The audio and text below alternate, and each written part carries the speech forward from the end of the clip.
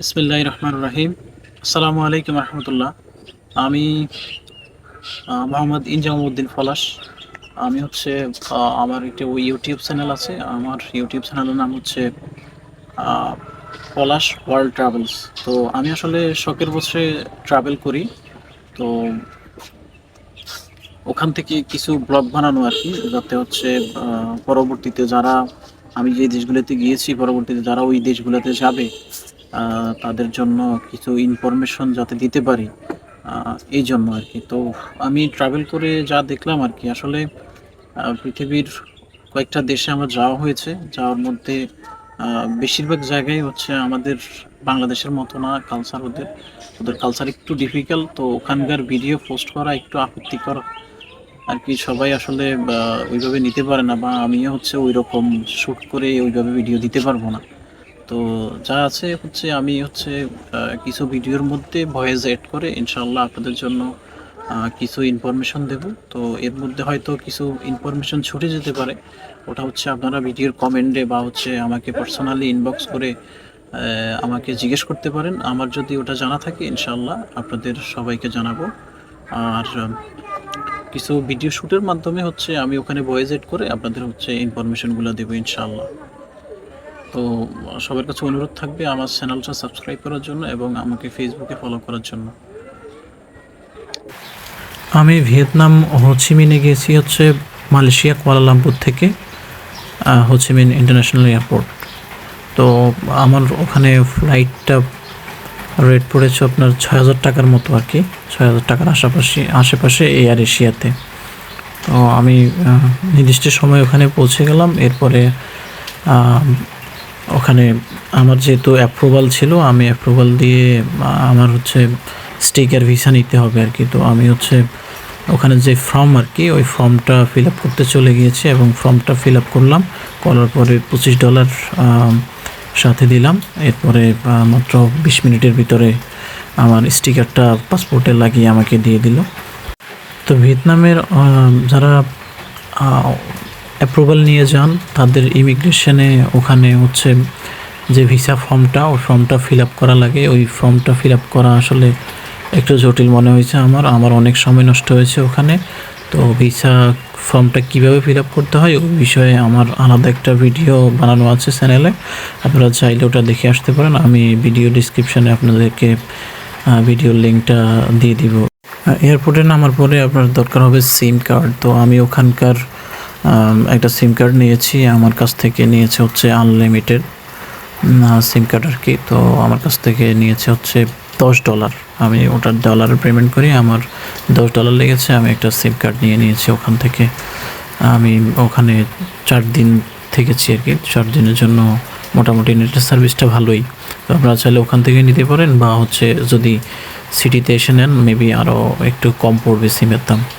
আর Vietnam হোচিমিনের ঘোরাঘুরির বিষয়টা হচ্ছে একদম ব্যক্তিগত, যার যেমন খুশি সে ঘুরতে পারে। ওখানে ঘোরার অনেক জায়গা আছে, আপনি হচ্ছে ওগুলা এইসব ইনফরমেশন মানে ঘোরার ইনফরমেশনগুলো সবার কাছে কম বেশ থাকে, যার যেখানে খুশি তা ঘুরতে পারেন আর কি। এই বিষয়ে কথা না বলে আমরা অন্য বিষয়ে কথা বলি। আর এয়ারপোর্ট থেকে আপনি হোটেলে কীভাবে যাবেন? এয়ারপোর্ট থেকে আপনি হচ্ছে ওখানে গ্র্যাব নামে একটা অ্যাপ আছে, ওটা ভালো কাজ করে, চলে। আপনি ওই গ্র্যাব অ্যাপের মাধ্যমে একটা গাড়ি বুকিং দিয়ে হচ্ছে আপনারা হোটেলে চলে যেতে পারেন। গ্যাপটাই আপনার জন্য হচ্ছে চিপ হবে আর কি। আদারওয়াইজ আপনি যদি সরাসরি কন্ট্যাক্ট করতে চান ওই ক্ষেত্রে আপনার খরচটা একটু বেশি পড়ে যাবে আর কি। তো আপনি দেশ থেকে বা মালয়েশিয়া থেকে যাওয়ার সময় আপনার একটা গ্র্যাব অ্যাপ ইনস্টল করে নেবেন আর কি, যেটা আপনার ওখানে কাজে আসবে। এরপর হচ্ছে আপনার হোটেল আপনি যে কোনো এরিয়াতে নিতে পারেন আর কি। তো ওখানে ডিস্ট্রিক্ট 1-এ ছিল আমার হোটেল, ওয়াকিং স্ট্রিটে। এই হচ্ছে আমার হোটেলটা খুবই ভালো ছিল, একদম ওয়াকিং স্ট্রিটেই ছিল আর কি। যদিও আমি এগুলো পছন্দ করি না আর কি, তারপরেও আমি আসলে না জেনেই আমার হোটেলটা বুকিং দিয়েছি। কোথায় দিয়েছি? ডিস্ট্রিক্ট 1-এ দিয়েছি এটা জানি, কিন্তু ওয়াকিং স্ট্রিটে যে পড়েছে ওটা জানতাম না আর কি। তো হোটেলটা কিন্তু ভালোই ছিল। আমার 11টা থেকে হোটেলটা বুকিং দিয়েছি। আমার বাংলাদেশে অ্যারাউন্ড 900 টাকার মতো পড়েছে পার নাইট। ওটা হচ্ছে হোস্টেল আর কি। ওইখানে হোটেল হোস্টেল সবই সুবিধেই আছে। তো আমি হোস্টেলে বুকিং দিয়েছি আর কি, যেহেতু আমি একাই ছিলাম। আমি 11টা থেকে বুকিং দিয়েছি 2 রাতের জন্য।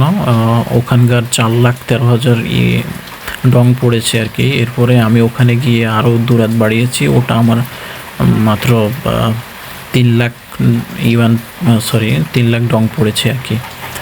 তো আপনারাও 1 দিন বা 2 দিনের বুকিং দিয়ে যাবেন, বাকিটা ওখানে গিয়ে এক্সটেনশন করিয়ে নেবেন আর কি। তো আমার হোটেল থেকে বের হলে এই যে 7-11 টাইপের একটা সুপার শপ, এখানে আপনি সকালের নাস্তা, পানি, কোল্ড ড্রিঙ্কস সবই পেয়ে যাবেন। আর অল্প একটু হাঁটলেই হচ্ছে অনেকগুলা ইন্ডিয়ান রেস্টুরেন্ট আছে, এদের মধ্যে কয়েকটা হালাল খাবারের দোকান আছে। আমি এখানে হালাল খাবারের দোকানটা একদম আমার হোটেলের কাছেই ছিল, তো আমি ওখানেই খেয়েছি। আমার হোটেল থেকে অল্প একটু হাঁটলেই হচ্ছে একটা হালাল খাবারের দোকান। এর পাশাপাশি আরও কয়েকটা হালাল খাবারের দোকান আছে। তো আমি যেখানে খেয়েছি আর কি, এটা হচ্ছে সাউথ ইন্ডিয়ান একটা হালাল রেস্টুরেন্ট, যেখানের খাবারটা আমার কাছে খুবই ভালো লেগেছে। একদম ওয়াকিং স্ট্রিটের যে সাইনবোর্ড, ওই সাইনবোর্ডের সাথেই দেখতে পাচ্ছেন এই হোটেলটা।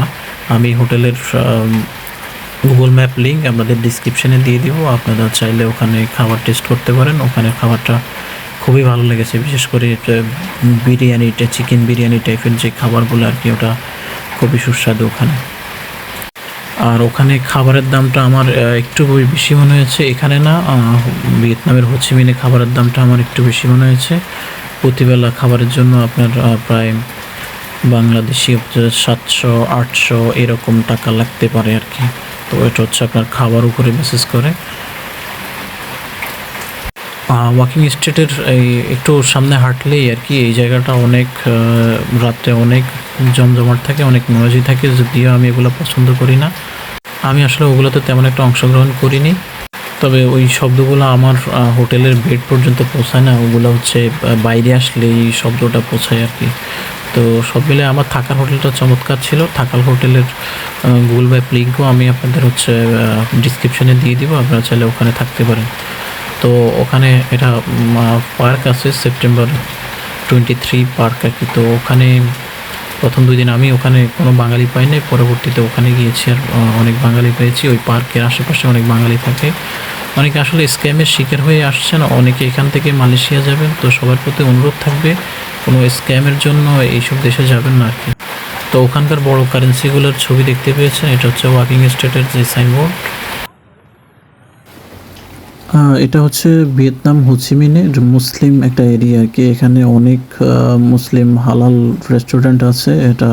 এখানে মালয়েশিয়ান পেয়ে যাবেন, পাকিস্তানি পেয়ে যাবেন, ইন্ডিয়ান পেয়ে যাবেন, অনেকগুলো হালাল রেস্টুরেন্ট আছে আর কি। তো রেস্টুরেন্টের লিঙ্কটা আমি হচ্ছে ডিসক্রিপশানে দিয়ে দিব। আর হচ্ছে এই মার্কেটটার সাথেই আর কি, এই পুরনো মার্কেটটা অনেকেই চেনেন, ওখানে যারা যাবেন এই মার্কেটে যাবেন, এই মার্কেটের পাশেই হচ্ছে এই হোটেলটা আর কি।